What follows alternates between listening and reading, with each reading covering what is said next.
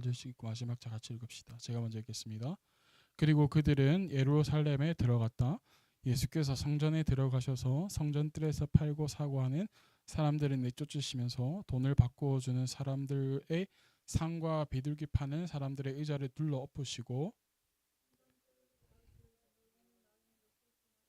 같이 예수께서는 가르치면서 그들에게 말씀하셨다. 기록된 바 내 집은 만민이 기도하는 집이라고 불릴 것이다 하지 않았느냐? 그런데 너희는 그곳을 강도의 서굴로 만들어 버렸다. 아멘. 할렐루야. 오늘 기도하는 집이라는 제목을 함께 말씀을 나누고자 합니다. 기도하는 집. 우리 개척 3주년 예배 드리고 나서 다들 몸살을 안 나셨어요? 괜찮아요? 네. 저는 토요일부터 해가지고 몸이 별로 안 좋아가지고 어제도 그렇고 오늘 계속 약 먹고 이렇게 있는데요. 함께 예배 드리면서 우리 회복되어지는 시간 되어지기를 소망합니다. 우리는 지난 주일에 교회는 이 시대의 방주다라고 이야기했습니다. 그래서 교회 안에 들어온 이들이 구원을 받을 만한 교회가 되자라고 여러분들과 함께 말씀을 나누었습니다. 특별히 오늘은 교회의 주인이 되시고 머리가 되시는 예수님께서 이 교회에 대해서 무엇라 말씀하시는지 함께 나누어 보고자 합니다. 예수님께서 예루살렘에 오셔서 성전에 들어가 보니까 참 어처구니 없는 일이 벌어지고 있었습니다. 오늘 본문에서요. 우리가 이 말을 이렇게 이야기하는데 이 말을 이렇게 지금 해도 되는지 모르겠는데 어이가 빠진 것을 우리가 어이가 없네 그러잖아요. 이 어이가 없는 상황이 지금 오늘 이 본문 가운데 벌어진 거예요. 여러분 15절 한번 다시 보실래요? 15절 여러분들만 한번 읽어봅시다. 시작.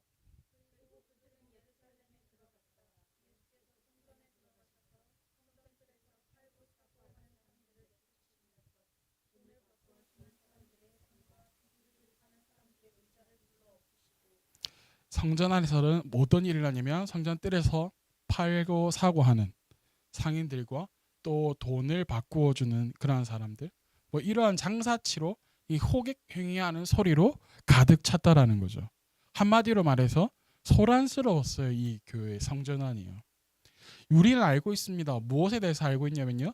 유대인의 명절이 되면 특별히 모든 이들이 어디를 모이죠? 예루살렘 성전이 있는 곳으로 모인다는 것을 우리는 알고 있습니다. 그래서 이 요셉과 마리아가 이 호적 신고하러 갈 때 모든 이들이 모였을 때 왜 집이 부족하고 막 그랬었잖아요. 여하튼 유대인 명절에도 그렇다라는 거죠. 전 세계에 흩어졌던 유대인들이 모입니다. 그리고 그 성전에서 제사를 드립니다. 제사를 드릴 때에 드리는 이 예물은 흠 없는 1년 된 소나 양이나 또한 형편되는 대로 비둘기나 혹은 곡식을 드리기도 하죠. 어쨌든지 간에 제일 좋은 것으로 누구에게 드리냐면 하나님께 드립니다. 제일 좋은 것을요. 그런데 먼 타국에 있는 유대인들이라든지 혹은 순례자들 혹은 여러분 생각해 봅시다. 만약에 예루살렘 성전이 있는 곳이 예루살렘이라고 한다면 서울이라고 한다면 우리로 치자면 여기 경남 지방에서 올라갈 때까지 최고의 좋은 것을 정말 좋은 상태에서 가져가야 되는데 그렇지 못할 때가 많잖아요. 상할 수도 있고. 그러다 보니까 멀리 있는 지방의 유대인들이 올라오거나 이런 사람들을 위해서 흠이 없는 제물들을 이 예루살렘 성전까지 끌고 온다는 것은 어렵기 때문에 그래서 성전에서 짐승을 파는 이 상인들이 생겨났어요. 그래서 거기에서 또 짐승을 사는 사람들이 생겨난 거죠. 처음에는요 서로의 편의가 얼마나 좋았겠어요. 그러다 보니까 굳이 무겁게 안 가도 되고 여러분 생각해보면 짐승을 데리고 가고 오려고 하려면 오고 가는 길에 그 짐승을 위해서 먹일 것도 필요할 테고 그 먹을 것이 또 필요한 뿐만이 아니라 같이 묵어야 되는 그런 것도 필요하잖아요. 그런 수고로움이 없으니까 얼마나 편했겠어요.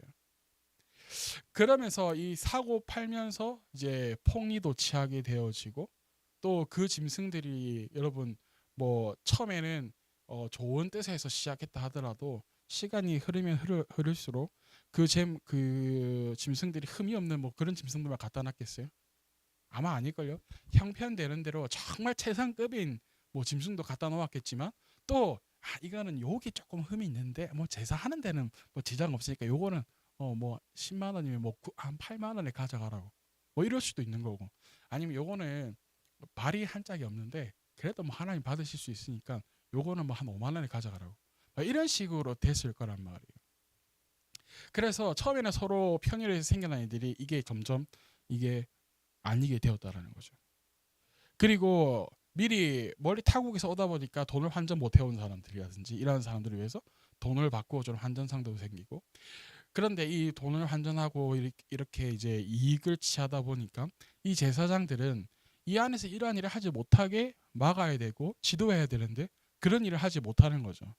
그러니까 오히려 이들과 행위를 잘못했다고 지적하는 게 아니라 오히려 이들에게 스리슬쩍 받을 건 받고 눈 감아주는 형태, 이렇게 되는 거예요.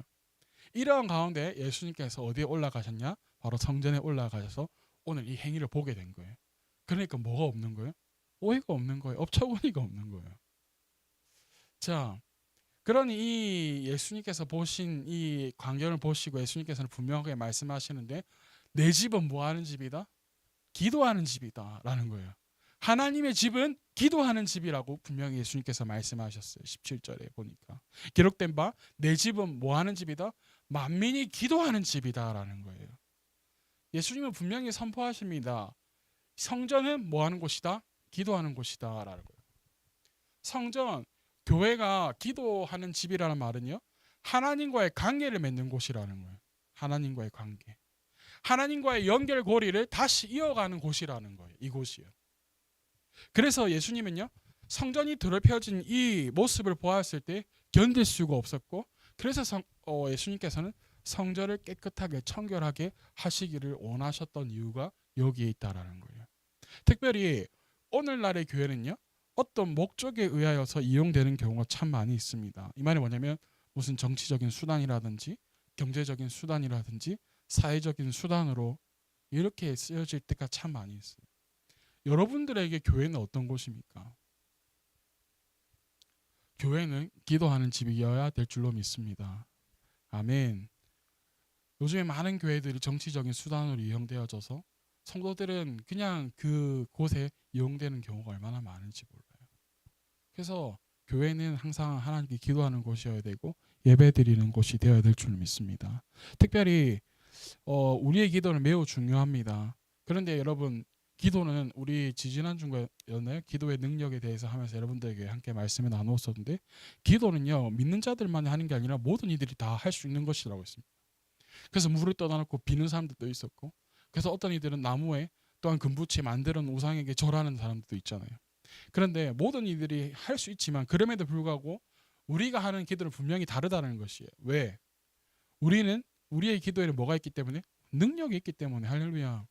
우리가 하는 기도는요, 나무에다가 하는 기도, 그리고 무치하는 우상들에게 하는 기도와는 분명히 다르다라는 거예요.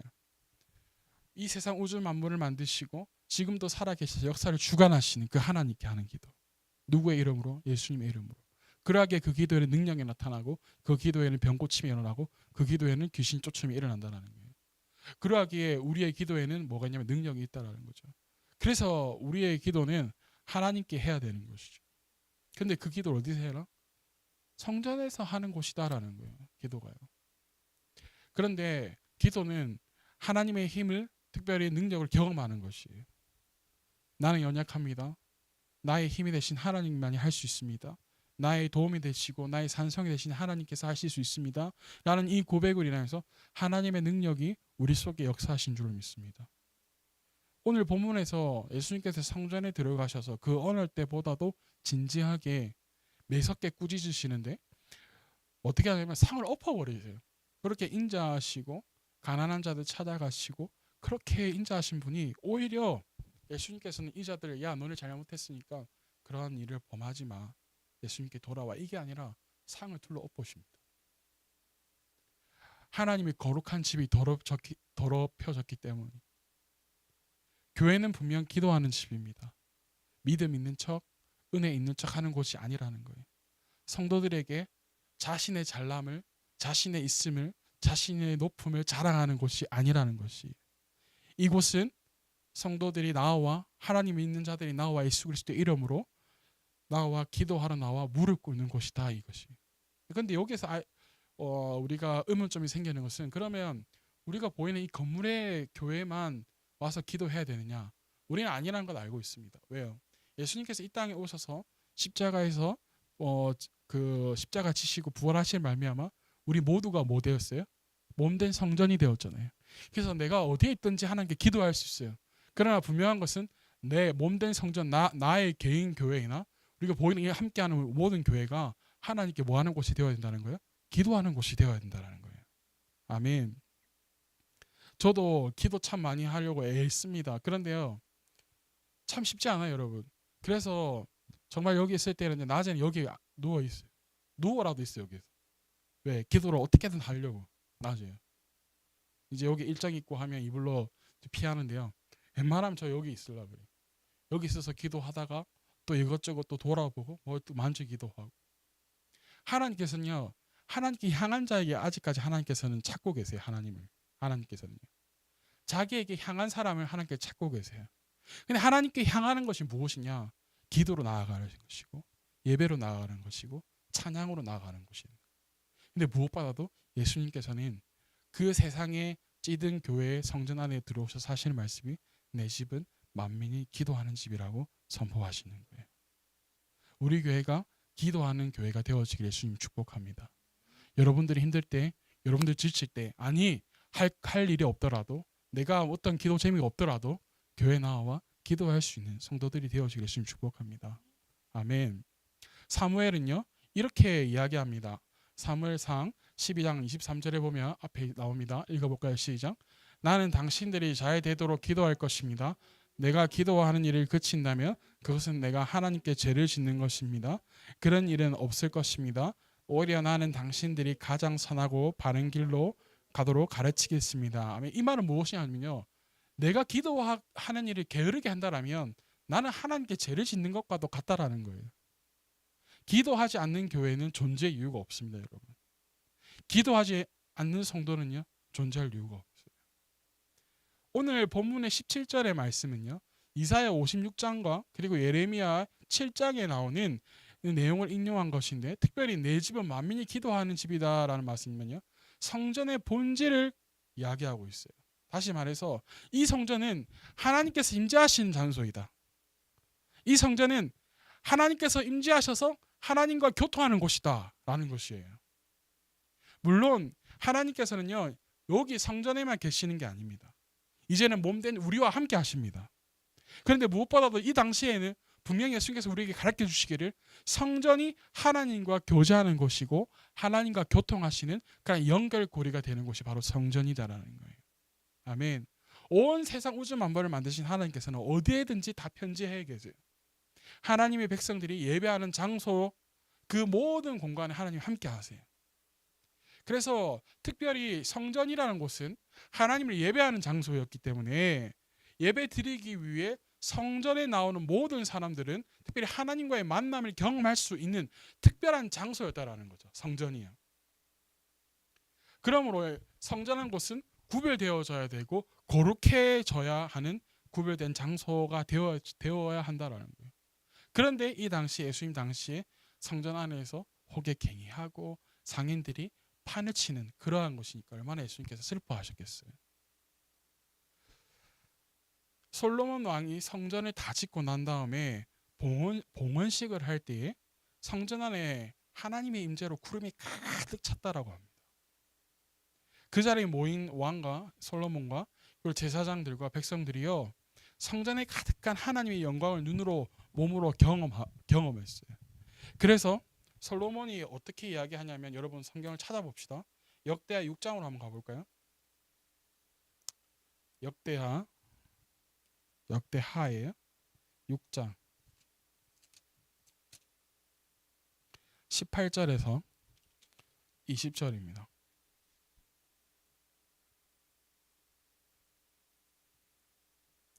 찾으셨나요?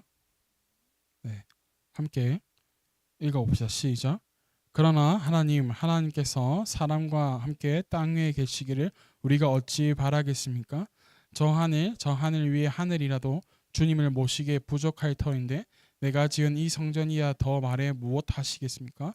그러나 주 나의 하나님 주님의 종이 드리는 기도와 간구를 돌아보시며 주님의 종이 주님 앞에서 부르짖으며 드리는 이 기도를 뭐 해주십시오? 들어주십시오. 또 20절 주님께서 낮이나 밤이나 눈을 뜨시고 이 성전을 살펴주십시오. 이곳은 주님께서 주님의 이름을 두시겠다고 말씀하신 곳입니다. 주님의 종이 이곳을 바라보며 기도할 때에 이 종의 기도를 뭐해 주십시오? 들어주십시오. 할렐루야. 성전의 중요한 기능 중에 하나는 바로 기도로 하나님께 나아가는 곳이다라는 거예요. 그러니까 백성들도 하나님께 부르실 때 하나님 그 기도를 응답해 달라고 솔로몬이 이야기하는 거죠. 그렇기 때문에 이스라엘뿐만이 아니라 이방인 모두가 하나님께 나와서 기도할 수 있는 곳이 이 성전이다. 그래서 이 솔로몬의 성전 보온과 함께 이 성전의 의미는요, 만민이 기도할 수 있는 집이 되었다라는 거죠. 그러므로 성전에서 이루어지는 모든 일은 기도로 시작해서 기도로 맞춰져야 하는 것이. 우리가 예배 드리러 나올 때에 예배 와서 여러분들은 그렇지 않은데 예배 와서 막 이 세상에 있던 이야기 막 하고 막 이러면 예배 드릴 때 은혜가 되네요? 아니요, 잘 안 될걸요. 예배 나와서 기도를 항상 하고 기도를 항상 준비하고. 제가 요즘에 보면 태규가 교회에 딱 나오잖아요. 그럼 항상 딱 와서 먼저 기도해. 딱 손 모고 딱 눈 감고 기도 먼저 딱 해요. 그러니까 내가 움찔할 때가 있어요. 제가 태교 하는데 눈 감고 기도하고 있는 제가 움찔할 때 있거든요. 항상 우리는 기도로 시작하고 기도로 끝내야 된다라는 것입니다. 아멘. 백성들이요, 성전에 나오는 것, 제물을 드리는 것, 그리고 제사장이 하는 일들, 모든 일들은요 기도로 시작해서 기도로 맞춰졌습니다. 성전은 그래서 만민이 기도하는 그러하기 위해 지어진 곳이라는 거였어요. 그런데 이 시간이 흐르면서, 세월이 흐르면서 이런 것들이 무너지기 시작했고, 예수님께서 예수님께서 예루살렘 성전에 올라가셨을 때 그 모든 것들이 어지럽혀져 있었다라는 거예요. 특별히 사람들은 하나님의 뜻을 구하고 하나님 말씀에 순종하기보다는 자식의 욕심을 따라서 판단하고 행동하게 된 것이죠. 특별히 백성들을 지도해야 되는 위치에 있는 제사장들과 또 레위인들이 기도하지 않을 때 불신앙적인 요소가 이곳에 자리 잡았다라는 거예요. 그래서 여러분들 목회자나 리더자들 항상 깨어 있어야 되는 거예요. 항상 기도로 깨어 있어야 되는 거예요. 왜? 이러한 불신앙적인 요소가 자리 잡지 못하도록 말이에요. 특별히 이러한 때 예수님께서 성전에 올라가셔서 가시니까 얼마나 어처구니가 없으시겠어요. 어이가 없으시겠어요. 성전 안에 돈벌이, 그런 행위들, 그러한 것들 때문에 얼마나 하나님의 거룩함이 훼손되고 이 성전이 예수님께서 말씀하시기를 강도의 소굴이 되었다라고 이야기하시죠. 사랑하는 여러분, 오늘날 교회 안에서 오늘 본문과 같은 일들이 그대로 일어나고 있지는 않은지 우리가 주목해야 됩니다. 예수님은 분명히 내 집은 만민이 기도하는 집이라고 말씀하셨는데 과연 오늘날 교회는 만민이 기도하는 집인가 생각해 보아야 됩니다. 교회의 수많은 편의 기능들 날이 가면 갈수록 더해집니다. 우리 교도 마찬가지잖아요. PPT도 이제 띄우고, 그리고 부족하지만 카메라 지금 세대 돌아가고 있어요, 여러분들. 화려한 조명들, 설교자들, 여러분 한 시골 교회 50명 되는 100명 되는 그러한 곳에도요, 여러분 박사 그런 타이틀 다 가지고 있는 사람들이 서류 제출한대요. 설교자들 스펙과 언변, 화려한 찬양과 악기들, 세션들. 하지만 분명히 기억해야 될 것은 교회는 이러한 모든 것이 없어도 누군가가 주목받지 않아도 되고 모든 이들이 기도할 수 있는 곳이 되어야 된다는 것입니다. 아멘. 설교자가 주목받지 않아도 된다는 거예요. 그리고 그 기도들이 응답이 이루어지는 곳이 되어야 됩니다. 기도의 능력이 나타나는 곳이 되어야 합니다. 한국 교회가 부흥할 때 목회자의 스펙이 부족했습니다. 초등학생, 중학생, 고등학생 졸업하지 못하였어도, 화려한 조명은 없었어도, 휘황찬란한 악기 섹션은 없었어도요, 말씀 하나하나에 그 목사님들의 삶이 묻어 있었고, 또한 촛불 하나 켜놓고 예배 드릴지라도 그들의 찬양의 고백이 진실했고, 무엇보다 예배당 안에서 간절히 부르짖는 그 부르짖음의 그들의 기도가 삶 가운데서 응답으로 나타났다는 것을 우리는 기억해야 됩니다. 그러하기에 우리도 이제는 그 시절로 돌아가기를 원합니다. 교회가 기도하는 집으로서 역할을 감당해야 될 줄로 믿습니다. 몸된 성전이 우리가 기도하는 사람이 되어야 될 줄로 믿습니다. 예수님께서 이 땅에 오셔서 십자가에서 죽으시고 부활하시고 인해서 우리에게 몸된 성전이 되게 하셨기에 우리 또한 기도하는 집이 기도하는 성전이 되어지길 예수님을 축복합니다. 어떻게든 신앙을 지키기 위해서